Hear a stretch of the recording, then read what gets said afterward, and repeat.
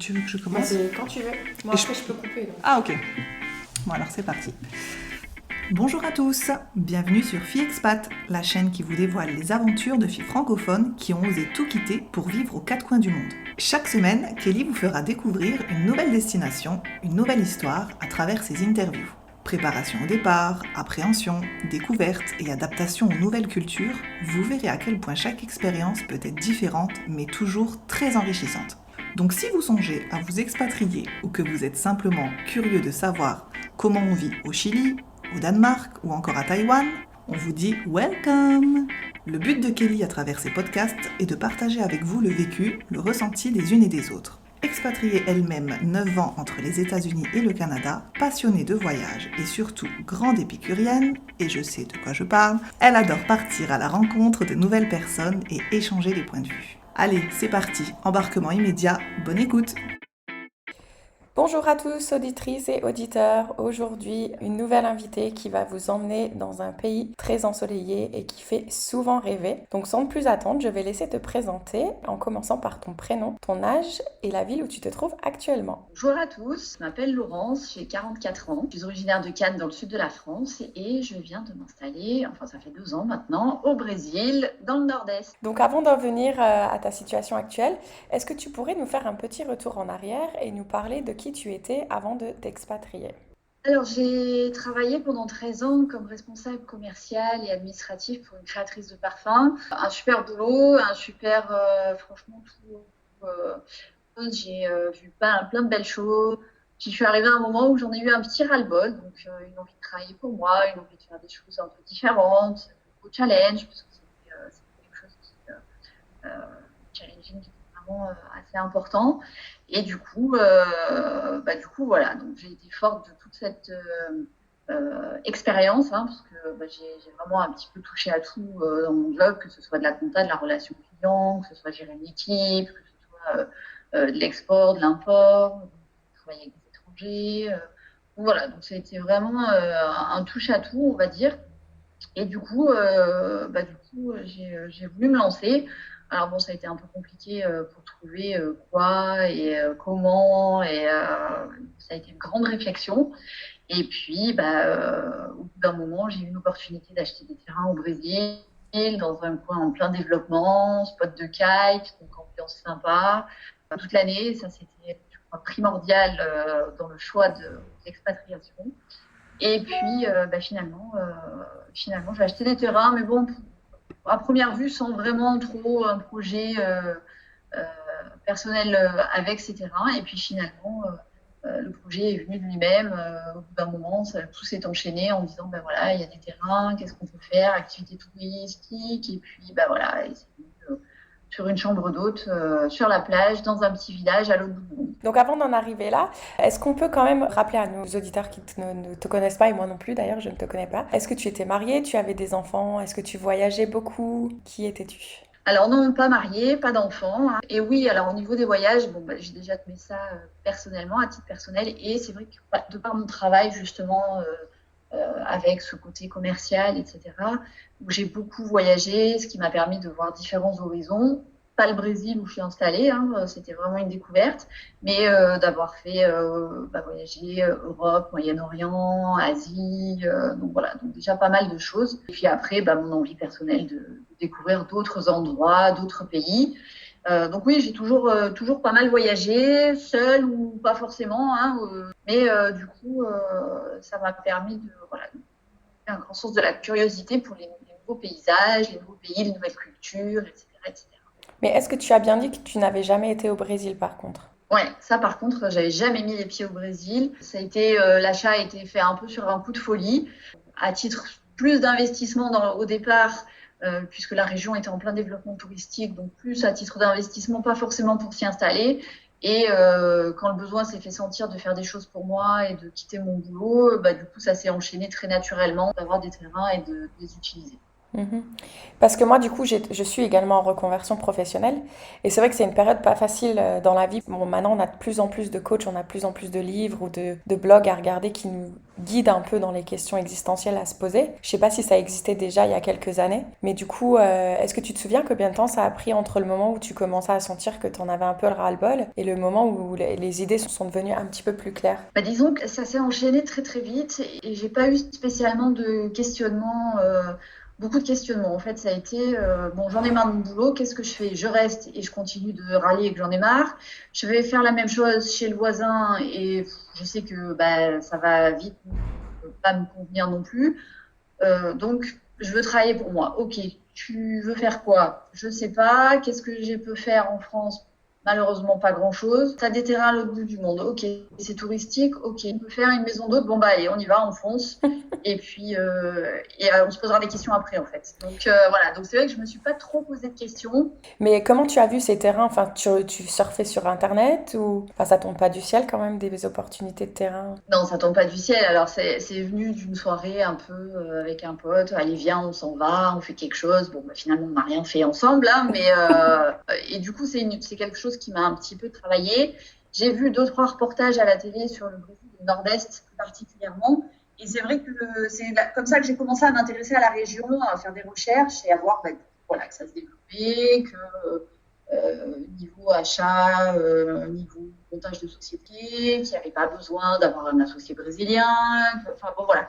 Il y avait plusieurs facteurs qui faisaient que c'était pas trop compliqué, que ça collait à mon budget, que la région en plein développement, donc bah, ça ne pouvait que servir mes désirs. Donc voilà, c'est comme ça que c'est parti. Et c'est un pays où la vie est relativement pas si dangereux que ça. Hein. C'est toujours pareil, ça dépend où, ça dépend comment. Il y a plein de critères qui font que. Et c'est vrai que bah, la vie a un recul de 2 ans déjà où franchement la vie n'a rien à voir et on est bien plus tranquille, festif, bien plus léger en tout cas qu'en Europe. Quand je me suis expatriée à Chicago, j'ai travaillé avec une Brésilienne. D'ailleurs, je pense qu'elle va écouter cet épisode, donc Flavia, je te fais des gros bisous. Et c'est vrai qu'elle était d'une joie de vivre, c'était incroyable. Quand elle arrivait au bureau, enfin, elle apportait toujours cette bonne humeur, cette gaieté, peu importe si elle avait une soirée de merde, une journée de merde, elle avait tout le temps le sourire. Et je sais pas si c'est du coup le côté brésilien ou si c'est sa personnalité à elle, mais c'est une personne à avoir autour de soi, toujours positive, qui est très pieds à terre, qui réfléchit vraiment bien. Enfin, c'est vraiment, ça donne envie en tout cas. S'il y a plus de monde comme elle, enfin, si tout le monde est comme elle, franchement, ça donne envie d'être entouré par des Brésiliens. Mais du coup, moi, l'idée du podcast, elle m'est venue parce qu'en fait, quand je pensais justement à partir, bon, j'avais quand même, j'avais pas une maison, mais j'avais un appartement qui était très bien meublé, j'avais beaucoup de choses, j'avais une voiture et je me disais, mais qu'est-ce que je vais faire de tout ça? Et rien que de penser que j'allais certainement devoir vendre, donner, perdre de l'argent, parce que du coup, on achète à une certaine valeur, on revend à moitié prix. Moi, ça m'empêchait de dormir clairement. Comment tu l'as vécu, toi? Alors moi moi ça a été un peu différent. J'ai la chance d'avoir gardé mon appartement dans une maison familiale, donc j'ai la chance d'avoir pu garder cet appartement avec les affaires que je n'ai pas amenées au Brésil parce que j'ai pas amené grand chose, donc j'ai pu garder toutes mes affaires, mon appartement gardé par mes parents et donc voilà, donc j'ai cette grande chance qui fait que quand je rentre en France, je rentre chez moi et c'est comme si j'étais jamais partie. Voilà, donc ça voilà, la voiture, bah oui, la voiture je l'ai vendue, ça a été difficile parce que c'était surtout qu'ici pour l'instant j'ai pas pu encore me racheter un véhicule. C'est toujours pareil, voilà, il y a toujours des problèmes, la construction, le ci, le là, des imprévus, le Covid qui est arrivé, donc bon voilà, donc le budget s'est retrouvé fortement impacté avec tout ça. C'est la voiture qui a sauté en premier. Donc, mais bon, ça devrait rentrer dans l'ordre cette année. Non, ouais, voilà, j'ai eu beaucoup de chance à ce niveau-là et donc de ne pas avoir à me poser trop de questions. Qu'est-ce que je fais, comment, quoi. Mais du coup, est-ce que tu parlais portugais? J'ai pris des cours avant de venir, pas du tout. D'accord. Autant dire qu'ici, l'anglais, le français, ça sert pas à grand chose, hein, parce que pays en général, alors vraiment dans les villes très touristiques, l'anglais un petit peu, mais pas beaucoup. Donc ici, dans les petits villages, encore moins. Hein, déjà, même leur brésilien est pas tout à fait, leur portugais, je veux dire, est pas tout à fait comme le portugais du Portugal, hein, loin de là. Donc il faut s'adapter. Mais donc j'ai pris des cours, j'ai pu prendre des cours avec une brésilienne avant de venir pour avoir quelques bases. Et puis après, bah, ça se fait sur le tas. D'accord, tu prenais des cours en face à face avec elle quelques heures par semaine, comment ça se passait? Oui, c'est ça. Je me suis payé une brésilienne native qui habitait en France et qui a pu au moins me donner des cours sur un portugais vraiment adapté au Brésil. Parce qu'il y a quand même des différences avec le portugais du Portugal. Et quand tu allais prendre ton avion pour aller là-haut, est-ce que tu allais devoir avoir besoin de permis de travail ou est-ce que tu allais avec un visa touristique dans un premier temps? Non, alors je suis venue plusieurs fois en vacances en visa touristique, entre le moment où j'ai acheté mes terrains et le moment où je me suis installée. Mais par contre, quand je suis arrivée avec mon visa, j'avais un visa d'investisseur. Moi, j'ai un visa d'investisseur puisque du coup, j'ai acheté un terrain, j'ai fait construire une maison, j'ai monté une entreprise, donc j'ai un visa d'investisseur qui est un visa permanent et qui me permet de rentrer, sortir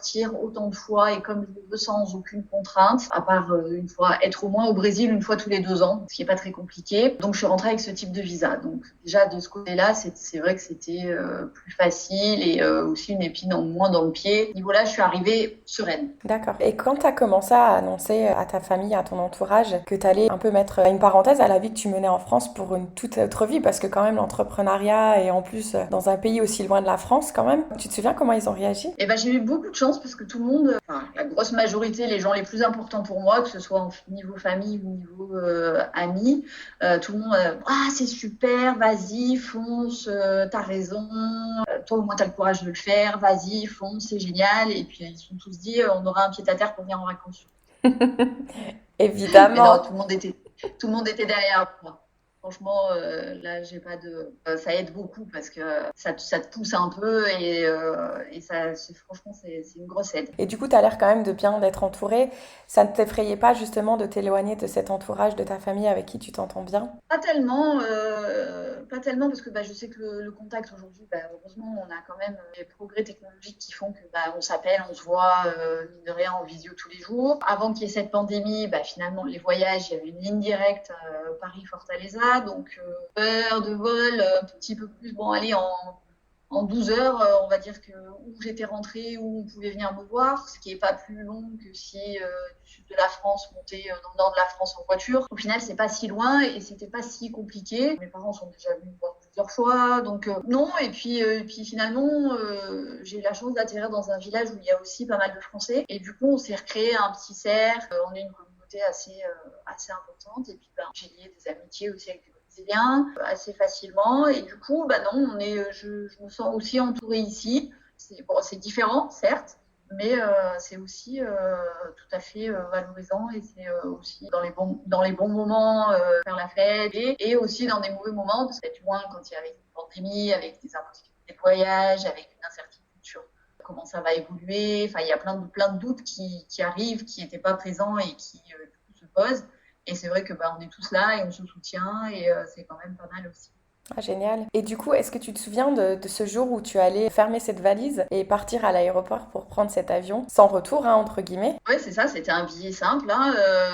C'était assez émouvant parce que mine de rien, tu quittes quelque chose que tu connais, tu quittes un confort, tu quittes ta famille, tu quittes tes amis. Puis tu te retrouves dans une voiture à rouler vers un aéroport. Alors bon, plus à certaines circonstances, il a fallu que je prenne un Uber pour me rendre à l'aéroport, donc on n'a pas pu m'accompagner. Donc c'est vrai que quand tu montes dans cette voiture, tu claques la porte et la voiture démarre, t'as un petit pincement au cœur quand même. Mais bon, après, côté l'excitation qui prend le dessus assez rapidement, parce que dès que tu arrives à l'aéroport, t'as tout ça cette excitation du voyage et de l'aventure qui prend aussi le dessus. Donc voilà, et puis après, une fois que tu arrives, t'es vite dans le bain, il faut y aller, il y a des choses à faire. Au final, c'est un petit pincement au cœur quand tu t'en vas, mais c'est pour des bonnes raisons et c'est dans des bonnes conditions, donc c'est aussi plus facile. Carrément. C'est des choses on appréhende beaucoup, qui sont peut-être dures à vivre pendant une petite période, mais finalement qu'on oublie rapidement, je trouve personnellement. Et du coup, une fois que tu es arrivée au Brésil... je suis arrivée, là, c'était un peu plus... Donc, je suis arrivée chez une amie qui m'a hébergée quelques temps, alors que ça devait être un temps très court, le temps que je récupère ma maison qui avait déjà bien avancé. Sauf que dans les travaux, et alors surtout dans des pays comme ça, et surtout quand on n'est pas là, la maison n'était pas du tout au niveau duquel je pensais. Donc, pas possible d'y habiter tout de suite. Donc, je suis restée un peu plus longtemps chez cette amie. Puis après, j'ai déménagé dans une famille brésilienne à côté de chez moi, parce que mine de rien, je n'étais pas à côté de chez moi. Pouvoir surveiller la reprise des travaux et le fait qu'il soit terminé. Donc, du coup, là aussi, ça a été une aventure d'arriver dans une famille brésilienne que je connaissais à peine. Et là, ça a été aussi un moment un moment de doute, enfin pas de doute, mais de petite appréhension quand même et d'excitation en même temps. Et puis, bah voilà, surveiller la fin des travaux, être là, pouvoir emménager, ça aussi, ça a été passer la première nuit chez moi. C'était un grand moment. Puis après, bah, puis voilà, c'est pareil. Le quotidien prend le dessus, il y a plein de choses à faire, il faut aménager, il faut terminer, il faut nettoyer, il faut arranger. Donc, il n'y a plus le temps de se poser des questions au final et il faut y aller, quoi. Oui, c'est ça. Tu disais, on en parlait un peu plus tôt, les Brésiliens sont quand même très accueillants, très joviales. Oui, ils sont tous très gentils, toujours prêts à aider, toujours disponibles, toujours un peu avec le sourire et ce smile qui fait tellement de bien quand tu te lèves le matin que les gens tirent pas la tronche comme beaucoup en Europe. Et c'est vrai que ça fait du bien. Super. Du coup, moi, quand j'ai su qu'on est rentré en contact, à ce moment-là, j'étais dans une auberge. Et donc, je parlais avec une guest qui était dans cette auberge. Et je lui disais, ah bah tiens, elle est partie dans cette ville. Elle me dit, mais c'est super paumé au Brésil. Oui, alors c'est un petit village. Déjà, c'est dans un des États les plus pauvres du Brésil, l'État du Ceará, mais qui est un État qui a un fort potentiel parce que bah, c'est des plages magnifiques, sauvages et désertes. Il y a du vent pendant plus de 6 mois de l'année, donc spot de kite fabuleux avec des lagunes, mais aussi des villes coloniales, des cultures de noix de cajou. Enfin bon, il y a énormément de choses et un beau potentiel à développer. Et du coup, ça commence. Et on est quand même une belle communauté de Français sur tout l'État, et notamment dans mon village, qui est un petit village de Gaulois, on va dire, parce qu'il y a beaucoup de Français. Mais c'est vrai que c'est pas le coin le plus touristique du Brésil, ça c'est certain. Mais on souhaite que ça va le devenir. D'ailleurs, on mettra toutes les infos de ton hôtel. C'est un hôtel, hein, c'est bien ça? Une petite maison d'hôte en fait, hôtel. J'espère que ça va devenir un hôtel, parce que j'espère développer, mais pour l'instant on va rester sur une maison d'hôte. Voilà, Modeste. on mettra toutes les infos de la maison d'hôte. C'est donc de ton petit quartier. Et du coup, le temps, toute l'année, tu disais, il y a du vent, il fait tout le temps bon en fait. Ouais, une moyenne de 28 degrés toute l'année, que ce soit dans l'air comme dans l'eau, ce qui n'est pas négligeable. Génial. Donc 6 mois, pendant plus de 6 mois du vent pour la saison du kite, une saison des pluies qui est en ce moment là, mais c'est souvent la nuit ou le soir, mais la journée ça permet quand même qu'il fait beaucoup chaud, ça permet de faire des choses. Génial. Si tu devais recommander une période pour venir justement sur cette région, tu aurais quelque chose à recommander? Bah, ça dépend. Si vous voulez faire du kite, c'est à partir de septembre jusqu'à décembre. Après, si c'est vraiment pour faire de la balade et du tourisme, bah, c'est sur le reste de la période. Oui, peut-être éviter encore même la saison des pluies. Ça a son charme parce que tout est vert et la pluie est pas très gênante. C'est pas comme en Asie, la mousson pendant 3 mois d'affilée. Là, c'est des averses localisées, surtout le matin ou la nuit. Donc, je pense qu'après, pour découvrir la région, franchement, c'est toute l'année. Et niveau alimentaire, est-ce que tu te souviens de ce premier plat brésilien que tu as mangé et qui a éveillé tes papilles? Il y en a pas mal, mais bon, bah, l'incontournable, ça reste la feijoada, le plat national brésilien, donc fait de haricots rouges, de saucisses, qui est le plat typique. Puis sinon, bah, voilà, il y a plein de petites choses, à grignoter. Et puis on est quand même dans une région où tu vas sur la plage acheter ton poisson frais ou tes langoustes aux pêcheurs directement qui arrivent de la pêche. Et donc ça, c'est fabuleux pour ceux qui aiment le poisson, les fruits de mer, les huîtres d'eau douce que le pêcheur va te pêcher et t'amène et t'ouvre directement. Donc tout ça, c'est vraiment top pour ceux qui aiment. Bien pour ceux qui aiment, parce que moi, je n'aime pas ça. Donc du coup, C'est voilà. vrai. Ah, moi, tu Mais vois, en venant ici ouais. en venant ici en Guadeloupe, c'était un de mes critères. Je veux aller quelque part où je peux aller le matin sur le marché des pêcheurs et choisir mon poisson parce que j'adore ça. Et c'est justement une chose qui me manquait énormément au Canada parce que même s'il y a beaucoup d'eau, bah, finalement, il n'y a pas beaucoup de poissons frais. Et c'est vrai que du coup, ça me manquait énormément. D'ailleurs, en parlant de ça, est-ce qu'il y a un plat, par exemple, français ou des choses françaises que tu as du mal à trouver sur place qui te manquent? Bah alors ici, ici, on a beaucoup de mal avec le fromage, la charcuterie, les choses comme ça. Sinon, pour le reste, on arrive à trouver de tout l'équivalent. Il suffit de savoir un peu adapter, de savoir chercher. Après, c'est une question de coût aussi, parce que certains produits sont chers. Mhm. Le chocolat aussi, c'est quand on est amateur de chocolat noir, qu'ils ont des goûts plus sucrés. Et voilà, donc un bon chocolat noir, comme on peut trouver en France, ici, compliqué. Ça permet bien quand elle vient d'avoir des valises remplies de nourriture à te rappeler. Petit message au prochain visiteur si vous passez par la maison d'hôte et que vous voulez lui faire un petit plaisir. C'est ça, un peu de chocolat noir et un peu de fromage et c'est parfait. C'est ça. Moi aussi, je les vois comme des gros mangeurs de viande parce que, mais bon, ça après, c'est mon expérience américaine où quand j'allais dans les Brazilian Steakhouse, ils venaient avec leurs gros morceaux de viande déjà cuits et qui te coupaient dans l'assiette. C'était absolument magnifique. C'est ça. Ouais, très gros mangeur de Ouais, viande. non, la viande ici, c'est vrai que oui, puis elle est bonne. C'est comme la viande argentine, c'est la même. Donc c'est vrai qu'ici, la viande, ça se fait pas mal. Et on a les spécialités, donc des churrascaria, en effet, où ils apportent de la viande à profusion, tout type de morceaux, une orgie de viande, on va dire. Alors pour les végétariens, c'est pas trop ça. Mais quand on aime ça, c'est vraiment très bon. C'est clair. Et toi, du coup, en venant avec un visa investisseur, comment ça se passait pour toi au niveau de ta sécurité sociale? Parce qu'on oublie souvent en tant que Français, on le prend comme acquis, mais comment ça se passe au Brésil? En arrivant, j'étais toujours vers de la sécurité sociale. En quittant la France, j'avais le droit. Le problème, c'est qu'après, une fois qu'on a le droit, il faut l'assurance dans le pays où on est. Bon, pour l'instant, moi, je ne l'ai pas fait parce que les soins sont gratuits à l'hôpital au Brésil, que ce soit pour les Brésiliens comme pour les étrangers. Donc, bon, c'est l'hôpital, c'est pas non plus. Mais après, il faut prendre des plans de santé, en effet. Donc, ça, c'est une prochaine étape aussi. Tout se fait petit à petit parce que ça a un certain coût à prévoir aussi. Mais voilà, après, il faut prendre des plans de santé. Et je pense que c'est un petit peu la même chose dans chaque pays, ou alors à moins d'avoir la caisse, la CFE, qui est la caisse de sécurité sociale française pour les étrangers, pour les Français à l'étranger. Mais ça aussi, ça revient assez cher. Donc c'est vrai que le mieux, c'est de prendre du local. Tu saurais à peu près estimer le coût environ si on voulait prendre une assurance santé par mois ou par an? À combien ça reviendrait approximativement? J'ai pas regardé encore. J'avoue que je me suis pas posée sur le sujet.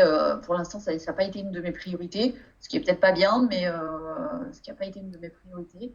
Et donc, je sais pas du tout. Mais je sais que ça revient assez cher.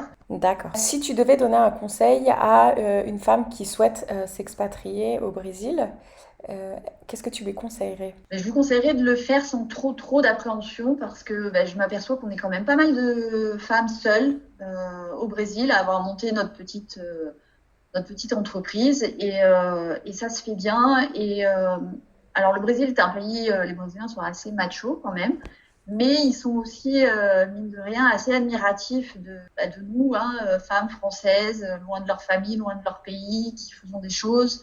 Et franchement, je trouve que pour nous, c'est vraiment un challenge et c'est vraiment une façon de s'épanouir et voilà. Mais bon, encore faut-il en avoir vraiment l'envie et les capacités, parce que c'est pas donné à tout le monde de s'adapter. Il faut aussi une capacité d'adaptation et puis de pas arriver avec des objectifs ou des ornières surtout, des œillères, pardon. Il faut vraiment pouvoir s'adapter et changer et se dire ça marche pas comme ça, on va le faire comme ça. Ça fonctionne pas, c'est pas grave, on va faire autrement parce que ici c'est vraiment comme ça que ça fonctionne et on est un peu obligé à ça. Et lever le pied, surtout lever le pied, pas arriver avec je veux tout de suite, voire pour hier, comme c'est aujourd'hui dans le monde du travail en France, parce que ça marche pas. Donc, il faut être patient, il faut vraiment s'adapter. Mais franchement, c'est vraiment que du bonheur et c'est tellement, on se sent tellement. Enfin, je sais qu'ici, moi, je me sens vraiment à ma place. Et à aucun moment, les Brésiliens m'ont fait sentir que j'étais une gringa au Brésil et qu'il fallait que je fasse attention parce que j'étais pas chez moi. C'est vraiment très appréciable. Après, j'imagine que c'est pas de partout pareil. Le Brésil est quand même un pays immense. Ça représente la taille d'un continent presque. J'imagine qu'il y a des endroits où c'est différent, qu'en ville, c'est aussi plus compliqué, dans des petits villages. Donc forcément, c'est peut-être plus facile, plus difficile sur certains points, mais beaucoup plus facile au niveau de l'intégration. Oui, et puis je pense que c'est important, on en a parlé aussi dans un précédent podcast, et tu l'as fait également, c'est que tu es quand même allé voir, t'es pas arrivé comme ça du jour au lendemain, allez j'arrive, je m'installe ici, t'avais quand même un peu fait tes recherches. Je pense que c'est peut-être important à faire quand c'est un pays aussi grand, où il peut y avoir des zones qui sont différentes, quoi. Oui, c'est sûr. Alors bon, moi déjà je suis arrivée, j'ai fait des recherches en amont sur internet, etc. Et j'avais acheté pour investir, pas forcément pour m'y installer. Après, c'est vrai que je suis venue plusieurs fois quand même en vacances avant de vraiment dire voilà, je veux y vivre parce que finalement, je voulais quand même voir ce que j'avais acheté et où. Hein. Et c'est vrai que dans l'idéal, c'est de venir, de balader, de voir et de trouver son coin de paradis. Dans cet ordre-là, il faudrait le faire. Mais c'est vrai qu'il faut se balader parce qu'il y a plein de coins qui sont jolis, il y a plein de coins qui sont sympas. Mais après, il y a plein de choses à prendre en compte. C'est vrai que moi, je suis à 2 heures de l'aéroport, donc c'était à prendre en compte aussi. C'est pas mal parce que quand tu as des clients qui arrivent, d'avoir juste 2 heures de trajet derrière, c'est bien, mais quand on a 5 ou 6, c'est pas la même. Enfin voilà, il y a plein pour les ravitaillements, pour quand tu as des papiers à faire, voilà. Il y a plein de choses qu'il faut aussi prendre en compte pour faciliter la vie. Oui, carrément. Et du coup, en tant qu'expat, mais dans la vie de tous les jours, de tout le monde, expatrié ou pas expatrié, on a toujours des moments de galère parce que bon, la vie n'est pas faite que de papillons, mais du coup, quand on est expatrié, c'est vrai que c'est des fois un petit peu plus dur parce que du coup, on est souvent seul ou on a l'impression d'être seul en tout cas. Est-ce que tu te souviens, toi, d'un moment galère comme ça où tu t'es dit, punaise, mais qu'est-ce que j'ai fait? Qu'est-ce que je fous là, en fait? Ah oui, les 3-4 premiers mois, c'était tous les 2 jours. J'avais envie de prendre un billet pour rentrer chez moi en me disant, mais qu'est-ce que je fous là? Une maison qui avance pas, ça va pas. Je suis arrivée en début de saison des pluies, la maison prenait l'eau. Enfin bon, des ouvriers qui voulaient pas reprendre une entreprise qui voulait pas reprendre le travail. Enfin bon, plein de choses qui ont fait que tous les jours ou tous les 2 jours, c'était je prends un billet retour, je rentre chez moi, quoi. Ou voilà, j'ai un toit sur la tête, que ci, que là. Et puis, en fait, il faut s'accrocher. J'avais la chance d'avoir des gens qui me soutenaient. Même ici au Brésil, ça va aller. C'est le début, mais tu vas voir, ça va aller mieux. Et puis, au final, voilà. Et puis, en se posant, en prenant les choses un petit peu plus détachées, en disant bon, alors voilà, c'est là où je disais, il faut s'adapter, en disant ça marche pas comme ça, alors on va faire comme ça. Ça, tu peux pas le faire, tu vas le faire comme ça. Et là, du coup, voilà, les choses redémarrent, ça réavance. Et petit à petit, voilà, il faut apprendre donc à être patient. Puis je pense que c'est une force de caractère aussi, parce que en effet, pas tout le monde peut le faire, mais voilà, il faut s'accrocher parce que c'était 3-4 mois un peu difficiles, mais ce qui fait que derrière, on apprécie encore mieux les choses. Est-ce que tu te souviens justement dans ces moments, qu'est-ce qui te permettait de t'accrocher en fait? Moi, par exemple, j'adore aller marcher. Il faut que je m'aère l'esprit. J'adore écouter des podcasts en général dans la vie de tous les jours. Est-ce que tu te souviens, toi, ce qui t'aidait à te raccrocher et pas justement baisser les bras dans ces moments de doute? Moi, ce qui m'aide toujours et ce qui m'aide encore et ce qui fait que tous les jours je suis contente de me réveiller, c'est la plage, la mer, ces coins déserts, cette nature, un coucher de soleil, ne serait-ce qu'un coucher de soleil, le minute là, des couchers, et voilà, et rien que ça m'apaise et c'est pour ça que je suis là, voilà, pour une vie tranquille et plus ce stress et plus tout ce qui pouvait en découler en Europe. Et là, voilà, rien qu'un coucher de soleil, ça fait ma journée.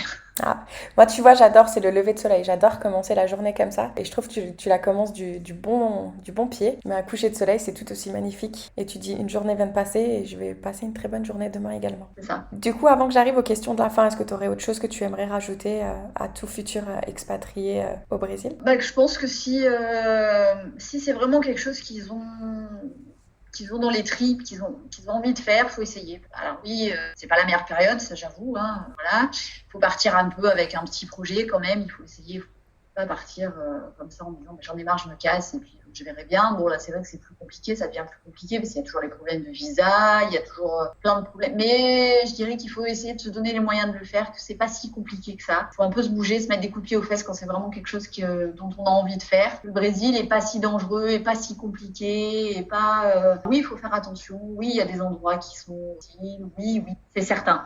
Mais il y a aussi des endroits où tout se passe bien, tout va bien et il faut arrêter de faire une généralité.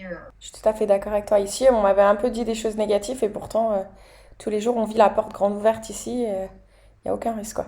Et du coup, si Laurence d'aujourd'hui pouvait parler à Laurence d'il y a 2 ans, au moment où elle allait tout plaquer pour partir au Brésil, est-ce que tu lui passerais un petit message? Je lui dirais, ma fille, t'as fait le bon choix, vas-y, fonce, tu vas voir, ça va être après, ça sera que du bonheur. Super. C'est drôle parce que tout le monde dit la même chose dans tous les épisodes. Il y a jamais de regret et c'est toujours allez, fonce et ne regarde pas derrière toi, quoi, parce que tu vas rien regretter. Ouais, c'est ça. C'est top. Ça fait toujours plaisir à entendre. C'est le secret pour que tout se passe bien, en fait. C'est si on est plein de regrets et si on fait que regarder en arrière, on pourra pas avancer. Donc, à un moment donné, il faut regarder devant.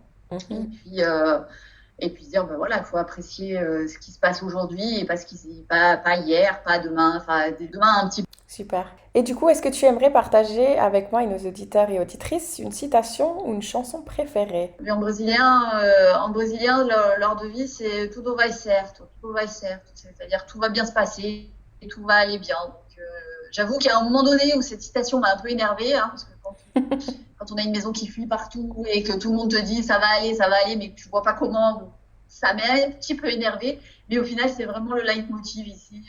Tout va bien se passer, t'inquiète pas, tout va aller bien. Demain, ça sera bien. En tout cas, moi, de toute façon, j'avais déjà très envie d'aller au Brésil, ça c'est sûr et certain. La famille de Flavia, son frère, ils m'ont déjà prévenu qu'ils m'accueilleraient tous, mais une chose est sûre, c'est que je viendrai voir ton petit coin de paradis aussi. Je te remercie d'avoir partagé avec nous ton expérience d'expatriation. Et puis, je te souhaite plein de réussite et que ton gîte devienne, dans les années à venir, un très grand hôtel. Merci beaucoup. À bientôt. À bientôt, au revoir.